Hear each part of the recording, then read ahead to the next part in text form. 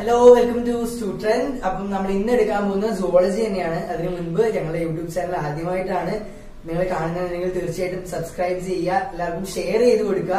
അപ്പം ഒരുപാട് കുട്ടികൾ നമ്മളെ വിശ്വസിച്ചിരിക്കുന്ന ഒരുപാട് കുട്ടികളുണ്ട്.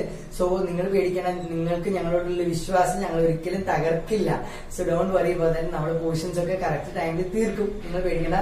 മാർച്ച് 10 ആകുമ്പോഴേക്കും നിങ്ങളുടെ പോർഷൻസ് കംപ്ലീറ്റ്ലി കവർ ചെയ്ത് നമ്മൾ പിന്നെ റിവിഷനിലേക്ക് കടക്കും. സോ വൃത്തിയായിട്ട് തന്നെ പഠിക്കുക, എടുക്കുന്ന വൃത്തിയായിട്ട് തന്നെ പഠിക്കുക.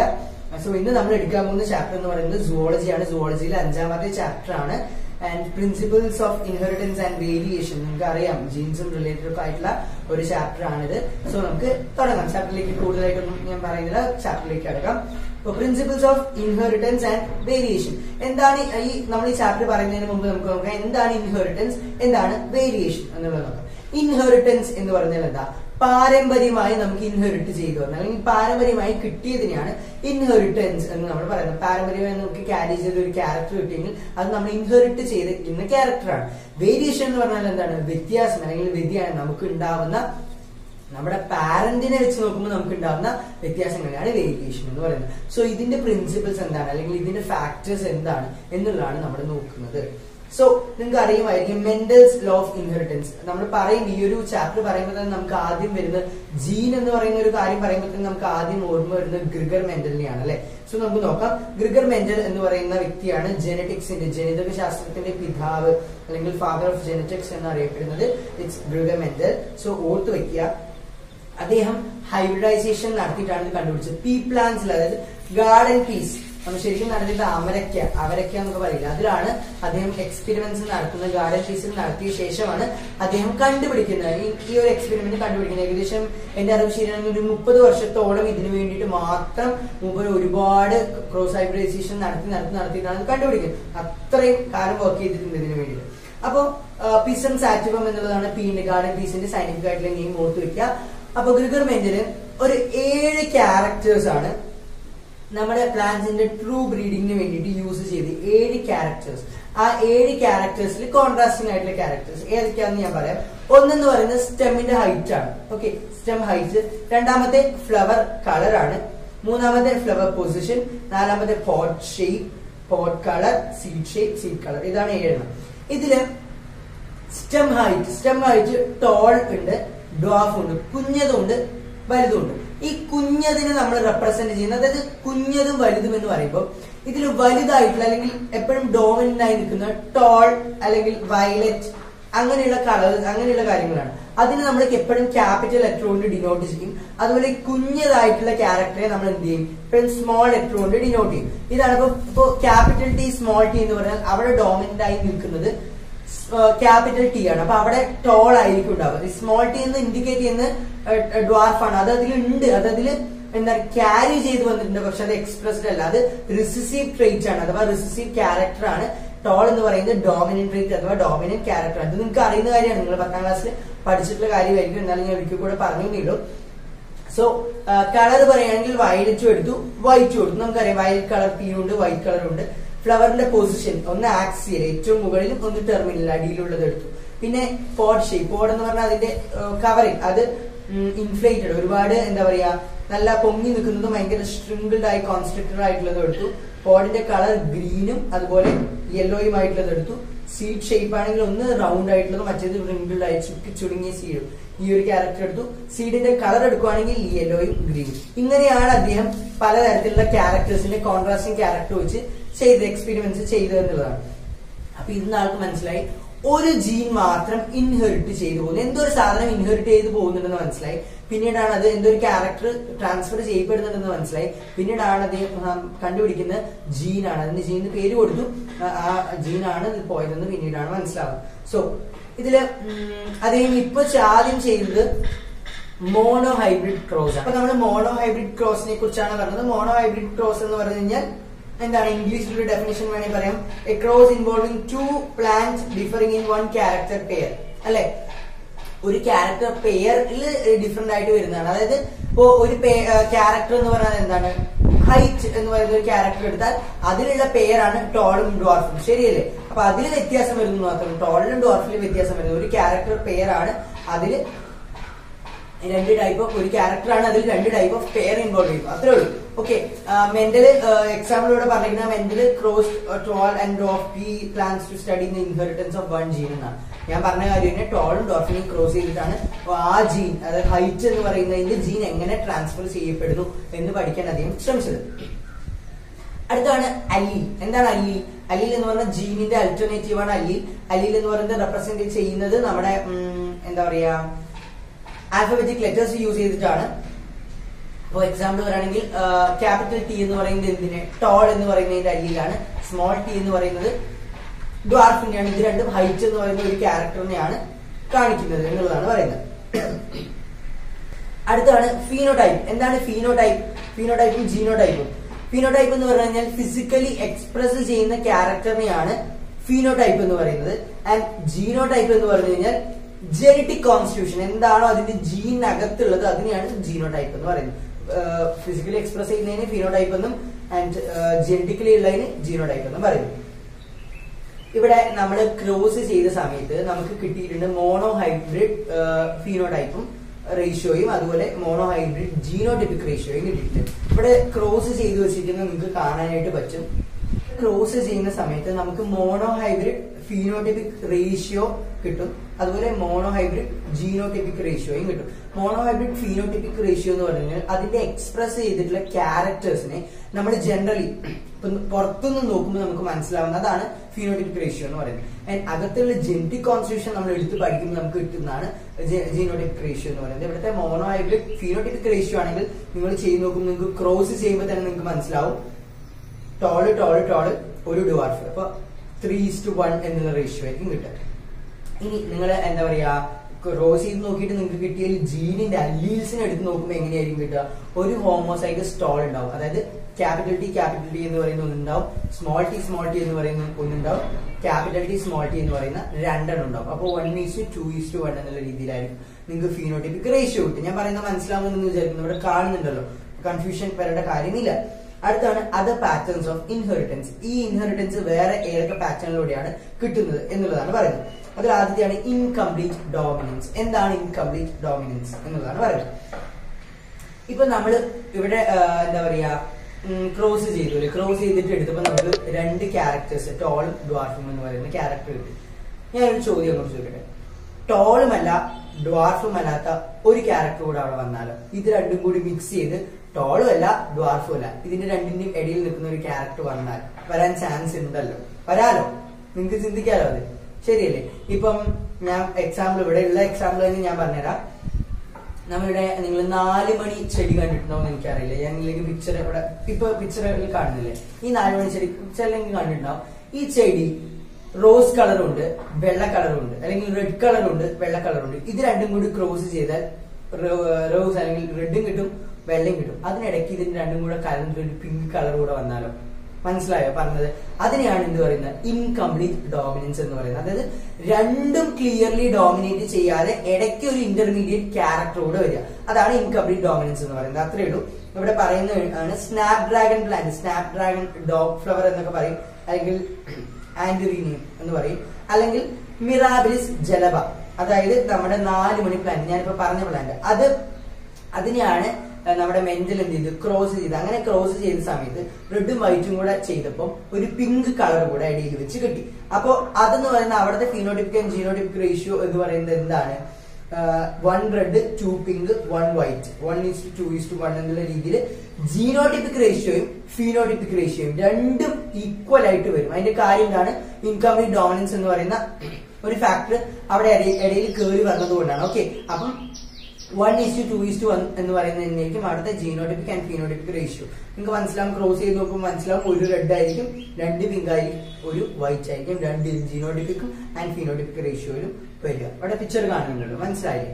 ഓക്കെ, അപ്പൊ അതാണ് ഇൻകംപ്ലീറ്റ് ഡോമിനൻസ് എന്ന് പറയുന്നത്. ഇനി അടുത്താണ് കോഡോമിനൻസ്. കോഡോമിനൻസ് എന്ന് പറഞ്ഞാൽ എന്തായിരിക്കും? കോ എന്ന് പറഞ്ഞാൽ ഈക്വൽ എന്നതാണ്. ഈക്വലി ഡോമിനേറ്റ് ചെയ്യുന്ന ഏറ്റവും ബെസ്റ്റ് എക്സാമ്പിൾ ആണ് നമ്മളുടെ blood, ABO blood grouping. Okay, ഈ ABO ബ്ലഡ് ഗ്രൂപ്പിംഗിൽ പറയുന്നത് എന്താണെന്ന് വെച്ച് കഴിഞ്ഞാൽ ബോത്ത് അല്ലീൽസ്, അതായത് രണ്ട് അല്ലീലുകളും ഈക്വലി ഒരുപോലെ തന്നെ എക്സ്പ്രസ് ചെയ്യുക. അത് അവിടെ ഉണ്ടെന്നുണ്ടെങ്കിൽ അത് എക്സ്പ്രസ് ചെയ്തിരിക്കും. ഇപ്പൊ നമ്മൾ ക്യാപിറ്റൽ ടി സ്മോൾ ടി പറഞ്ഞാൽ സ്മോൾ ടി അവിടെ കാണിക്കുന്നില്ല, പക്ഷെ ഈ കോഡോമിനൻസിന്റെ കേസിൽ സ്മോൾ ടി അവിടെ ഉണ്ടെങ്കിൽ സ്മോൾ ടി അത് കാണിച്ചിരിക്കും. എല്ലാ ക്യാരക്ടേഴ്സും ഒരുപോലെ എക്സ്പ്രസ് ചെയ്ത് കാണിക്കുന്നത് തന്നെയാണ് കോഡോമിനൻസ് എന്ന് പറയുന്നത്. അതൊരു ഹൈബ്രിഡിൽ എല്ലാം കാണിക്കുക. അതിന് എക്സാമ്പിൾ ആണ് ABO blood grouping in human എന്ന് പറയുന്നത്. അപ്പൊ നമ്മുടെ ബ്ലഡ് ഗ്രൂപ്പിംഗ് കൺട്രോൾ ചെയ്യുന്ന I എന്ന് പറയുന്ന ഒരു ജീനാണ്, ക്യാപിറ്റൽ I എന്ന് പറയുന്ന ഒരു ജീനാണ് നമ്മളുടെ ബ്ലഡ് ഗ്രൂപ്പുകളെ കൺട്രോൾ ചെയ്യുന്നത്. ഓക്കെ, മനസ്സിലാവുന്നുണ്ടല്ലോ. This gene controls the production of sugar polymers അഥവാ ആന്റിജനുകൾ. ഷുഗർ പോളിമർ ആണ് ആന്റിജൻസ് ആയിട്ട് ആക്ട് ചെയ്യുന്നത്. That produce from plasma membrane of RBC. RBCയുടെ പ്ലാസ്മ മെംബ്രെയിനിൽ നിന്ന് പ്രൊഡ്യൂസ് ചെയ്യുന്ന ഷുഗർ പോളിമറിനെ കൺട്രോൾ ചെയ്യുക എന്നുള്ളതാണ് ഈ I ജീൻ ശരിക്കും ചെയ്യുന്നത്. ഓക്കെ, I ജീനിന് 3 അല്ലീൽസ് ഉണ്ട്. അത്ര നിങ്ങൾ അറിഞ്ഞാൽ മതി. I എന്ന് പറയുന്ന ജീൻ ഉണ്ട്, അതിന് 3 അല്ലീൽ. ഹൈറ്റ് എന്ന് പറയുന്ന ഒരു ജീൻ ഉണ്ട്, അതിന്റെ അല്ലീൽസ് ആണ് ക്യാപിറ്റൽ ടി സ്മോൾ ടി. അതുപോലെ ഇവിടെ എന്താ പറയാ, I എന്ന് പറയുന്ന ഒരു ജീൻ ഉണ്ട്, ആ ജീനിന്റെ 3 അല്ലീലുകളാണ് IA, IB and I. I ഏത് ക്യാപിറ്റൽ I, മുകളിലൊരു ക്യാപിറ്റൽ A, കുഞ്ഞു മുകളിലൊരു ക്യാപിറ്റൽ A, I മുകളിൽ കുഞ്ഞു capital B, small letter I. ഇതാണ് ഇതിന് 3 അല്ലീൽസ് എന്ന് പറയുന്നത്. ഈ അല്ലീലുകൾ കൂടി ചേരുമ്പോഴാണ് എന്തുണ്ടാവുന്നത്, നമ്മുടെ ബ്ലഡ് ഗ്രൂപ്പ് ഉണ്ടാവുന്നത്. എങ്ങനെയാണെന്ന് നോക്കാം. IA-യും IB-യും ചെറിയ വ്യത്യാസമുള്ള ഒരു ഷുഗർ പോളിമറാണ് ഉണ്ടാക്കുന്നത്, പക്ഷെ I എന്ന് പറയുന്നത് ഷുഗറെ ഉണ്ടാക്കുന്നില്ല. ഓക്കെ, മനസ്സിലാവുന്നുണ്ടല്ലോ പറഞ്ഞത്. അപ്പൊ ഇതെങ്ങനെയാണ് നമുക്ക് ബ്ലഡ് ഗ്രൂപ്പ് വരുന്നതെന്ന് നമുക്ക് നോക്കാം. IA-യും IA-യും കൂടി കമ്പൈൻ ചെയ്ത് നമുക്ക് ഉണ്ടാവുന്ന ഏത് ഗ്രൂപ്പ് ആയിരിക്കും? A ആയിരിക്കും. ഇതിൽ നിങ്ങൾ ഒരിക്കലും A പോസിറ്റീവും A നെഗറ്റീവ് എന്ന് പറയുന്നത് പോസിറ്റീവ് നെഗറ്റീവും കൺട്രോൾ ചെയ്യുന്ന RH എന്ന് പറഞ്ഞിട്ടുള്ള ഒരു ഫാക്ടറാണ്. നിങ്ങൾ പഠിച്ചിട്ടുണ്ടാവും. സോ പോസിറ്റീവിന്റെ കാര്യം ഇവിടെ ആലോചിക്കാൻ ഇവിടെ ജസ്റ്റ് ഗ്രൂപ്പിംഗിന്റെ കാര്യം മാത്രമാണ് പറയുന്നത്. സോ IA വന്നു കഴിഞ്ഞാൽ A ആയിരിക്കും നിങ്ങൾക്ക് കിട്ടുക. IB വന്നാലോ AB ആണ് കേട്ടോ. രണ്ടും കോ ഡോമിനൻസ് ആണ്, രണ്ടും equally dominate. So AB group കിട്ടും. ഇനി I വന്നാൽ, കുഞ്ഞ് I വന്നാലോ അപ്പോഴും A തന്നെയായിരിക്കും വരിക. IAB വന്നാൽ, നേരത്തെ പറഞ്ഞു IAB അല്ലെങ്കിൽ IBA വന്നാൽ അപ്പോഴും AB ആയിരിക്കും വരിക. IB വന്നാലോ B ആയിരിക്കും വരിക. IBI വന്നാൽ B തന്നെയായിരിക്കും വരിക. ഇനി ഒറ്റ ഗ്രൂപ്പ് കൂടെ ഉണ്ട്, അതാണ് O അല്ലെ. II അതായത് സ്മോൾ ലെറ്റർ I വന്നാൽ അത് O ആവും. ഇത്രയേ ഉള്ളൂ. ഇങ്ങനെയാണ് നമ്മുടെ ബ്ലഡ് ഗ്രൂപ്പിംഗ് എന്ന് പറയുന്ന സാധനം വരുന്നത്. When IA and IB are present together, they both express their own types of sugars. അപ്പൊ നമ്മൾ പറഞ്ഞു IA-യും IB-യും ഈ രണ്ട് അല്ലീലുകളും ഒരുമിച്ച് എക്സ്പ്രസ് ചെയ്ത് കഴിഞ്ഞാൽ അവർ കോഡോമിനൻസ് കാണിക്കും. അവരുടെ രണ്ടുപേരുടെയും സ്പെഷ്യൽ ആയിട്ടുള്ള ഷുഗേഴ്സ് അവർ പ്രൊഡ്യൂസ് ചെയ്യും. അതിനാണ് കോഡോമിനൻസ് എന്ന് പറയുന്നത്. അടുത്താണ് chromosomal theory of inheritance. Okay, എന്താണ് ക്രോമസോമൽ തിയറി ഓഫ് ഇൻഹെറിറ്റൻസ് എന്ന് പറയുന്നത്? ക്രോമസോമൽ തിയറി നമ്മൾ നേരത്തെ പറഞ്ഞു, നമ്മൾ പല തിയറീസും പറഞ്ഞു. ഇനി ക്രോമസോം വഴി എങ്ങനെയാണ് എന്നുള്ളതാണ് പറയുന്നത്. ഓക്കെ, ക്രോമസോം വഴി എങ്ങനെയാണ് എന്നുള്ളത് പറയുകയാണെങ്കിൽ വാൾട്ടർ സട്ടനും തിയോഡർ ബൊവേറി, ഇത് പഠിച്ചു വെക്കുക. വാൾട്ടർ സട്ടൻ ആൻഡ് തിയോഡർ ബൊവേറി, ഇവർ രണ്ടുപേരുമാണ് നമ്മളുടെ ക്രോമസോമൽ തിയറി ഓഫ് ഇൻഹെറിറ്റൻസ് പറഞ്ഞത്. Okay, Thomas hunt Morgan prove chromosomal theory of inheritance using fruit flies.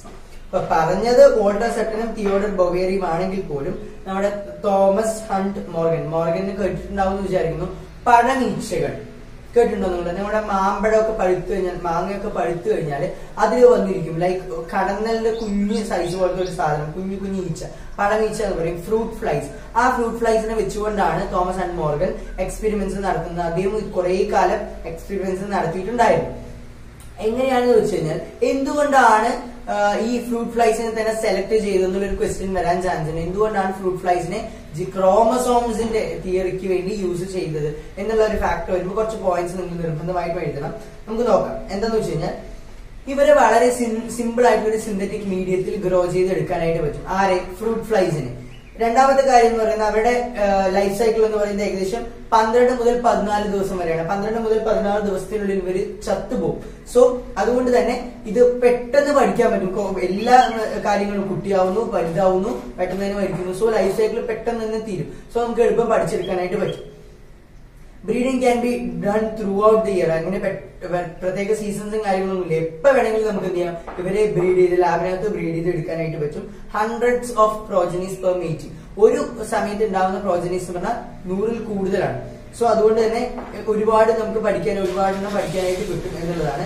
And അടുത്തതെന്ന് പറഞ്ഞു കഴിഞ്ഞാൽ മെയിലിനെയും ഫീമെയിലിനെയും ഡിസ്റ്റിങ്വിഷ് ചെയ്യാൻ എളുപ്പമായിരുന്നു. കണ്ണിന്റെ ഫാക്ടേഴ്സ്, കാലിച്ചിറകൊക്കെ നോക്കിയിട്ട് നമുക്ക് മെയിലിനെയും ഫീമെയിലെയും വ്യത്യാസം മനസ്സിലാക്കാനായിട്ട് പറ്റുമായിരുന്നു. അതൊക്കെ കൊണ്ട് തന്നെയാണ് വേറെ ഒരു ഫീച്ചറും കൂടി ഉണ്ട്. എന്താണെന്ന് ചോദിച്ചു കഴിഞ്ഞാൽ it has many types of hereditary variation that can be seen with lower power microscope. ഇതില് വേരിയേഷൻസ് ഉണ്ടായിട്ടുണ്ടെങ്കിൽ, അതായത് അടുത്ത പ്രോജനിയിൽ വേരിയേഷൻസ് ഉണ്ടായിട്ടുണ്ടെങ്കിൽ നോർമലി നമ്മുടെ മൈക്രോസ്കോപ്പ് വെച്ച് തന്നെ കണ്ടുപിടിക്കാൻ പറ്റുമായിരുന്നു. വലിയ ബുദ്ധിമുട്ടൊന്നും ഉണ്ടായിരുന്നില്ല വേരിയേഷൻസ് കണ്ടുപിടിക്കാൻ. സോ ഇതൊക്കെ ഉള്ളത് കൊണ്ടാണ് നമ്മുടെ ഫ്രൂട്ട് ഫ്ലൈസിനെ യൂസ് ചെയ്തത് എന്നുള്ളതാണ്. അപ്പൊ എന്തൊക്കെയായിരുന്നു ആദ്യത്തെ, അവരുടെ എളുപ്പത്തിൽ അവരെ വളർത്തിയെടുക്കാൻ പറ്റും, അവരുടെ ലൈഫ് സൈക്കിൾ കുറവായിരുന്നു, ബ്രീഡിംഗ് ഇയർ മുഴുവൻ നടത്താനായിട്ട് പറ്റും, ഹൺഡ്രഡ്സ് ഓഫ് പ്രോജനീസ് ഉണ്ടാകുമായിരുന്നു, മെയിലും ഫീമെയിലും ഈസിലി ഡിസ്റ്റിങ്വിഷബിൾ ആണ്.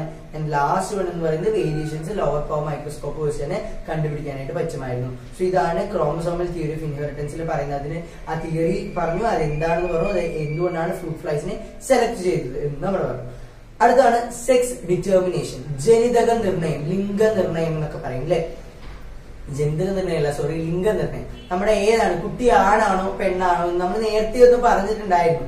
അത് ജസ്റ്റ് അതിന്റെ ടെസ്റ്റ് ആയിരുന്നു. ഇവിടെ ജനറ്റിക്കലി കോൺസ്റ്റിറ്റ്യൂഷൻ വെച്ച് നമ്മൾ പറയുകയാണ്. ഓക്കെ, അപ്പൊ പലപ്പോഴും ഈ ഭാഗത്തു നിന്ന് ഒരു ക്വസ്റ്റ്യൻ വരാനുള്ള ചാൻസ് എന്താ വെച്ചാൽ, സ്ത്രീ ആണോ കുട്ടി ആണാണോ പെണ്ണാണോ എന്ന് തീരുമാനിക്കുന്നതാണ്. സ്ത്രീ അല്ല സത്യത്തിൽ കുട്ടി ആണാണോ പെണ്ണാണോ എന്ന് തീരുമാനിക്കുന്നത്, അത് അച്ഛനാണ്. അച്ഛന് മാത്രമേ കുട്ടി ആണാണോ പെണ്ണാണോ എന്ന് തീരുമാനിക്കാനുള്ള കഴിവുള്ളൂ. ആൻഡ് തീരുമാനിക്കുന്ന നമ്മൾ സ്വന്തമായിട്ട് തീരുമാനിച്ച് കുട്ടി ആവും എന്ന് പറയല്ല കേട്ടോ. കുട്ടി ആണാവാനും പെണ്ണാവാനുമുള്ള ചാൻസ് എന്ന് പറയുന്ന 50% 50% ആണ്. എങ്ങനെയാണെന്ന് നമുക്ക് നോക്കാം. നമുക്കുള്ളതെന്ന് പറഞ്ഞു കഴിഞ്ഞാൽ 23 പെയർ ഓഫ് ക്രോമസോംസ് അല്ലെ, ആണെന്ന് നിങ്ങൾക്ക് അറിയാലോ. 46 ക്രോമസോമുകളാണ് നമുക്കുള്ളത്. അതില് രണ്ട്, അതായത് എക്സും XY ടൈപ്പ് ഉണ്ട്. അതില് ഒരു പെയർ എന്ന് പറഞ്ഞാൽ സെക്സ് ക്രോമസോമുകളാണ്. 22 പെയർ ഓഫ് ഓട്ടോസോമും ഒരു പെയർ ഓഫ് സെക്സ് ക്രോമസോമുമാണ് നമുക്ക് ഉള്ളതെന്ന് നമുക്ക് അറിയാലോ. സോ ഇതില് സെക്സ് ക്രോമസോം മെയിൽ ആണെങ്കിൽ ഉണ്ടാവുന്നത് XY ആണ്. അതായത് 22 pair of autosomes plus XY എന്ന് പറയുന്ന രണ്ട് ക്രോമസോമുകൾ, സെക്സ് ക്രോമസോമുകൾ. ആൻഡ് ഫീമെയിൽ ആണെന്നുണ്ടെങ്കിൽ 22 pair of autosomes and XX എന്ന് പറയുന്ന രണ്ട് ഫീമെയിൽ ക്രോമസോമുകളാണ് ഉള്ളത്. സോ ഇത് കമ്പൈൻ ചെയ്യുന്ന സമയത്ത് ഈ മെയിലിന്റെ കയ്യിൽ നിന്ന് Y ആണ് ഫീമെയിലുമായിട്ട് കൂടിച്ചേരുന്നതെങ്കിൽ XY, അതൊരു ആൺകുട്ടിയായിട്ട് മാറും.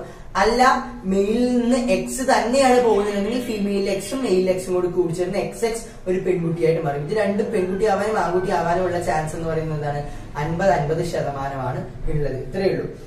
ഉണ്ടാവുന്ന സ്പേംസിൽ 50% X ക്രോമസോം ഉള്ള എന്താ പറയാ സ്പേമുകളായിരിക്കും, 50% Y ക്രോമസോം ഉള്ളതായിരിക്കും. ഇതിൽ ഏതാണോ പോയിട്ട് ഫീമെയിലിൽ എഗ്ഗുമായിട്ട് ഫ്യൂസ് ചെയ്യുന്നത് അതിനനുസരിച്ചിരിക്കും ഉണ്ടാവുന്ന കുട്ടിയുടെ ലിംഗം എന്ന് പറയുന്നത്, പെണ്ണാണോ ആണാണോ എന്നുള്ളത്. ഓക്കെ, അടുത്തൊരു ടോപ്പിക്കാണ് പെഡിഗ്രി അനാലിസിസ്. എന്താണ് പെഡിഗ്രി?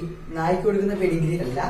പെഡിഗ്രി എന്ന് പറഞ്ഞു കഴിഞ്ഞാൽ നമ്മളുടെ ക്യാരക്ടേഴ്സ് എല്ലാം വരച്ച് അല്ലെങ്കിൽ ഒരു ചാർട്ട് പോലെ വരച്ച് പഠിക്കുന്നതിനെയാണ് പെഡിഗ്രി എന്ന് പറയുന്നത്. ഓക്കെ, പെഡിഗ്രി എന്ന് പറഞ്ഞാൽ നമുക്ക് നമ്മുടെ ഓരോ ക്യാരക്ടേഴ്സും എടുത്ത് പഠിക്കുക എന്ന് പറയുന്നത്, അല്ലെങ്കിൽ ഓരോ ക്യാരക്ടേഴ്സും സ്പെഷ്യലി എടുത്ത് പഠിക്കുക എന്ന് പറയുന്നത് വളരെ ബുദ്ധിമുട്ടുള്ള ഒരു കാര്യമാണ്. അങ്ങനെ വരുമ്പോൾ നമ്മുടെ ക്യാരക്ടേഴ്സ് ഹെറിഡിറ്ററി ആയിട്ട് നമുക്ക് കിട്ടിയിട്ടുള്ള ക്യാരക്ടേഴ്സ് പഠിക്കാനായിട്ട് നമ്മൾ എന്ത് ചെയ്യും, നമ്മളുടെ കുറെ ഫാമിലീസിന്റെ കുറെ ജനറേഷൻ നമ്മൾ എടുത്ത് പഠിക്കും.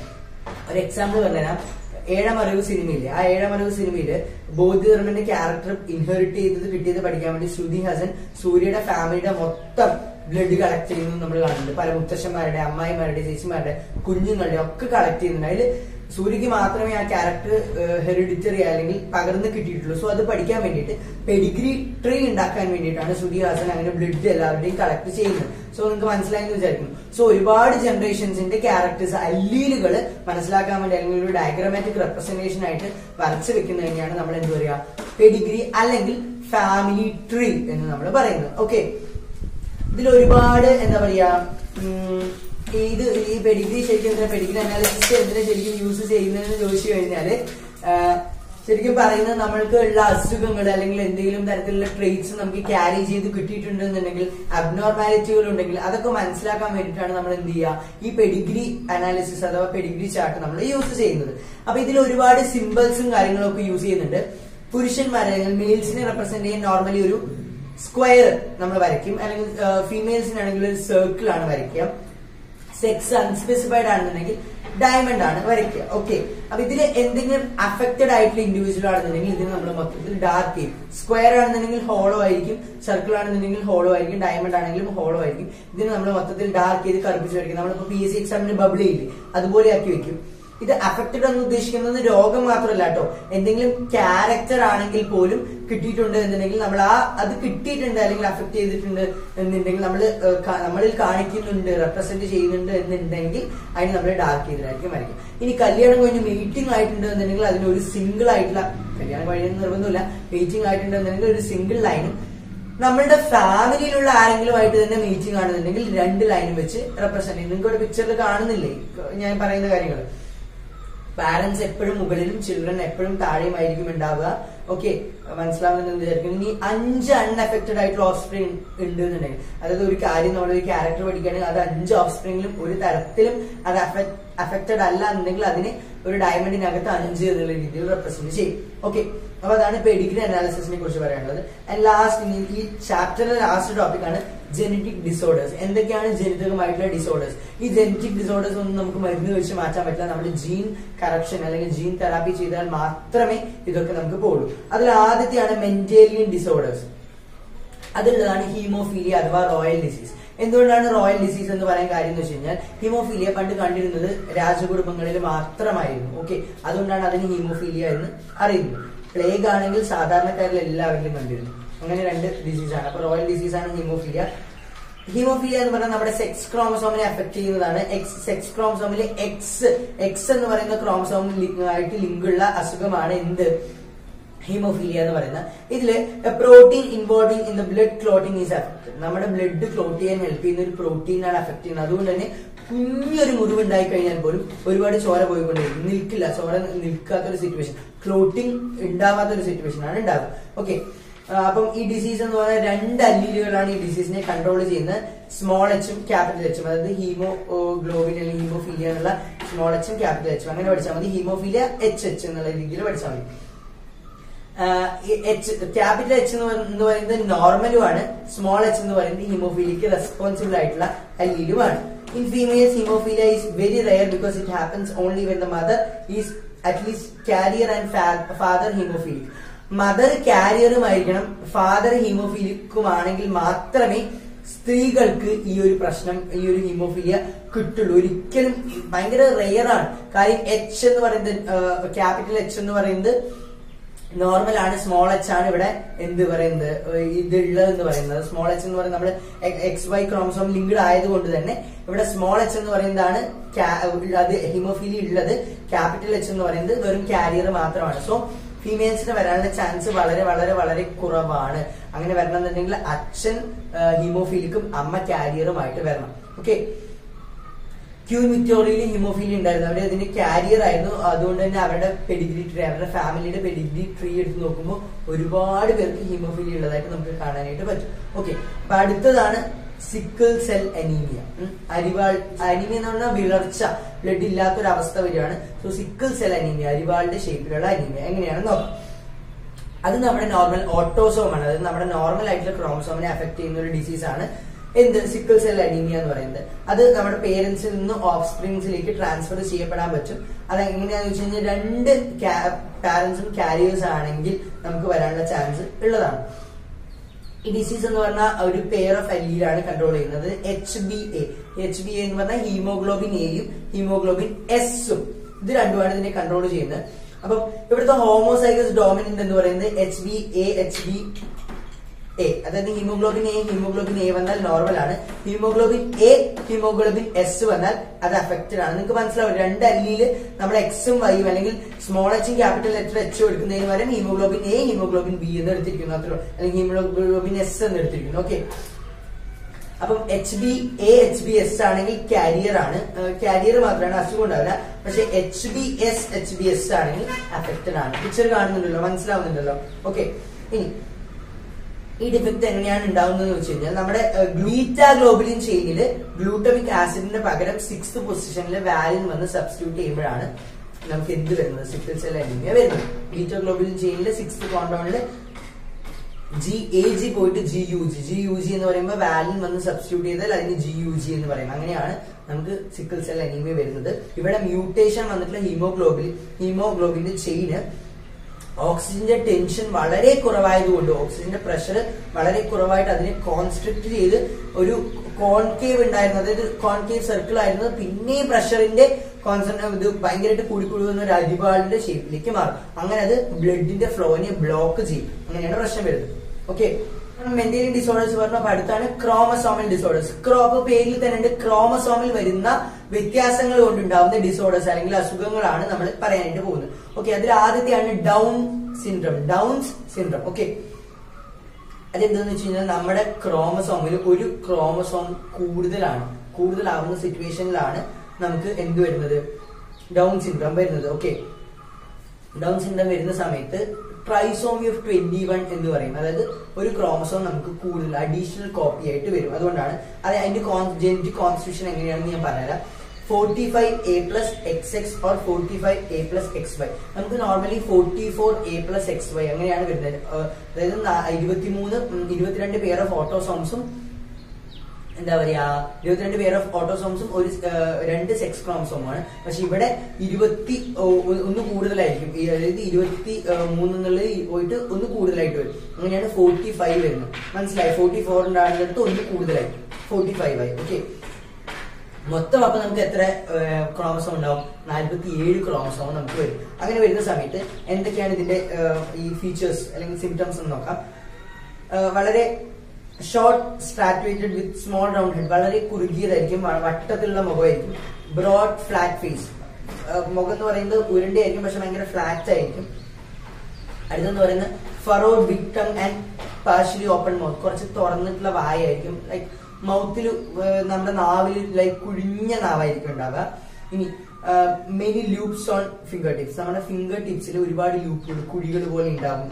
പിന്നെ ബ്രോഡ് പാം വിത്ത് ക്യാരക്ടറിസ്റ്റിക് പാം സിവിയൻ ക്രീസ്, കൈ വളരെ വീതിയുള്ള കൈയായിരിക്കും. അതിൽ ഒരുപാട് എന്താ പറയാ നമ്മുടെ വരകളില്ലേ, പാം ക്രീസ് എന്ന് പറയുന്ന വരകളാണ്, അതുണ്ടാവും, ഒരുപാടെണ്ണം ഉണ്ടാവും.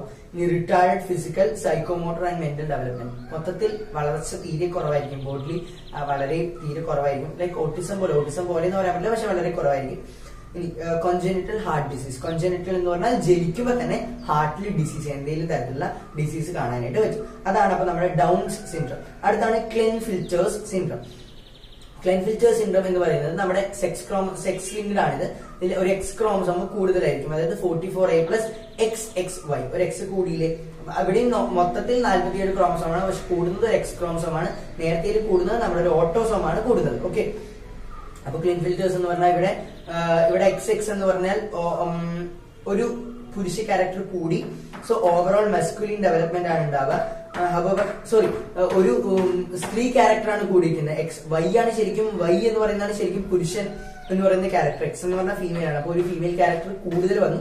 സോ ഓവറോൾ മസ്കുലിൻ ഡെവലപ്മെന്റ് ഉണ്ടാവും, മെയിൽ ഡെവലപ്മെന്റ് ഉണ്ടാവും. പക്ഷെ സ്റ്റിൽ ഫെമിനിൻ ഡെവലപ്മെന്റ് എന്ന് പറയുന്നത് കൂടുതലായിട്ട് കാണും. എക്സാമ്പിൾ ഡെവലപ്മെന്റ് ബ്രസ്റ്റ് ഒക്കെ തൂങ്ങി നിൽക്കുന്നത്, അതായത് അതിന്റെ പറയുന്നത് ജിംനോകൊമാസ്റ്റിയ എന്ന് പറയും. ആ ഒരു അവസ്ഥ കാണും. ഇനി സ്റ്റെറൈൽ ആയിരിക്കും, വന്ധ്യത ഉണ്ടാവും, കുട്ടികൾ ഉണ്ടാവാനുള്ള കപ്പാസിറ്റി ഉണ്ടാവില്ല. അടുത്ത മെന്റലി റിട്ടാർഡ് ആയിരിക്കും, മെന്റലി വളർച്ച തീരെ കുറവായിരിക്കും, മെന്റലി ബ്രെയിൻ റിലേറ്റഡ് വളരെ വളർച്ച കുറവായിരിക്കും. അടുത്താണ് ടേണേഴ്സ് സിൻഡ്രോം. ടേണേഴ്സ് സിൻഡ്രോം എന്ന് പറഞ്ഞാൽ ക്ലെൻഫിൽറ്റേഴ്സിന്റെ നേരെ ഓപ്പോസിറ്റ്. അവിടെ ഒരു എക്സ് ക്രോമസോം ഓപ്പോസിറ്റ് ആയിരിക്കും, അവിടെ ഓപ്പോസിറ്റ് ആയിരിക്കുന്നല്ല, ആബ്സെന്റ് ആയിരിക്കും. നേരത്തെ ഒന്ന് കൂടുതലായിരുന്നു, ഇവിടെ ആബ്സെന്റ് ആണ് ടേണേഴ്സ് സിൻഡ്രത്തിൽ. ഇതിന്റെ ജനറ്റിക് കോൺസ്റ്റിറ്റ്യൂഷൻ എന്ന് പറഞ്ഞാൽ 44A+X0 ആണ്. അവിടെ ഒന്നും ഇല്ല, എക്സ് പോയി. ഓക്കെ, ഇവിടെ മൊത്തത്തിൽ ഉണ്ടാകുന്ന ക്രോമസോമുകൾ എന്ന് പറഞ്ഞാൽ 45 എണ്ണമായിരിക്കും, ഒന്ന് കുറഞ്ഞില്ലേ. ഇവിടെയും സ്റ്റെറൈൽ ആയിരിക്കും. ഓവറീസ് എന്ന് പറഞ്ഞാൽ റുഡിമെന്ററി ആയിരിക്കും. റുഡിമെന്ററി എന്ന് പറഞ്ഞാൽ എഗ് പ്രൊഡ്യൂസ് ചെയ്യാനുള്ള കേപ്പബിലിറ്റി ഉണ്ടാവില്ല. Lack of other secondary sexual characters, ബാക്കിയുള്ള സെക്കൻഡറി സെക്ഷൽ ക്യാരക്ടേഴ്സിന്റെ അളവ് തീരെ കുറവായിരിക്കും. ഡ്വാർഫ്, കുറുകിയതായിരിക്കും, മെന്റലി റിട്ടാർഡഡ് ആയിരിക്കും. അപ്പൊ ഇതാണ് ടേണേഴ്സ് സിൻഡ്രോം. അപ്പൊ നമ്മുടെ ചാപ്റ്റർ എന്ന് പറയുന്നത് ഇത്രയേ ഉള്ളൂ. ഈ ചാപ്റ്റർ വൃത്തിയായിട്ട് പഠിക്കുക. കുറച്ച് മാർക്കിന് ചോദ്യങ്ങൾ ചോദിക്കാനുള്ള ഒരു ചാപ്റ്ററാണ്, കുറച്ച് കണ്ടന്റ് ഉള്ള ഒരു ചാപ്റ്ററാണ്, വലിയൊരു ചാപ്റ്റർ തന്നെയാണ്. സോ വൃത്തിയായിട്ട് തന്നെ പഠിക്കുക. എന്തെങ്കിലും സംശയങ്ങളുണ്ടെങ്കിൽ തീർച്ചയായിട്ടും കമന്റിൽ അറിയിക്കുക. തീർച്ചയായിട്ടും ഞങ്ങൾ റിപ്ലൈ തരുന്നതായിരിക്കും. അതുപോലെ ചാനൽ സബ്സ്ക്രൈബ് ചെയ്യുക, ഷെയർ ചെയ്യുക, കമന്റ് ചെയ്യുക, എന്ത് പിള്ളേർക്ക് ഷെയർ ചെയ്ത് കൊടുക്കുക. സോ വൃത്തിയായിട്ട് പഠിക്കുക. എന്ത് സംശയങ്ങളുണ്ടെങ്കിൽ ചോദിക്കുക. അപ്പൊ അടുത്ത വീഡിയോയിൽ കാണുന്നവരെയും ബൈ.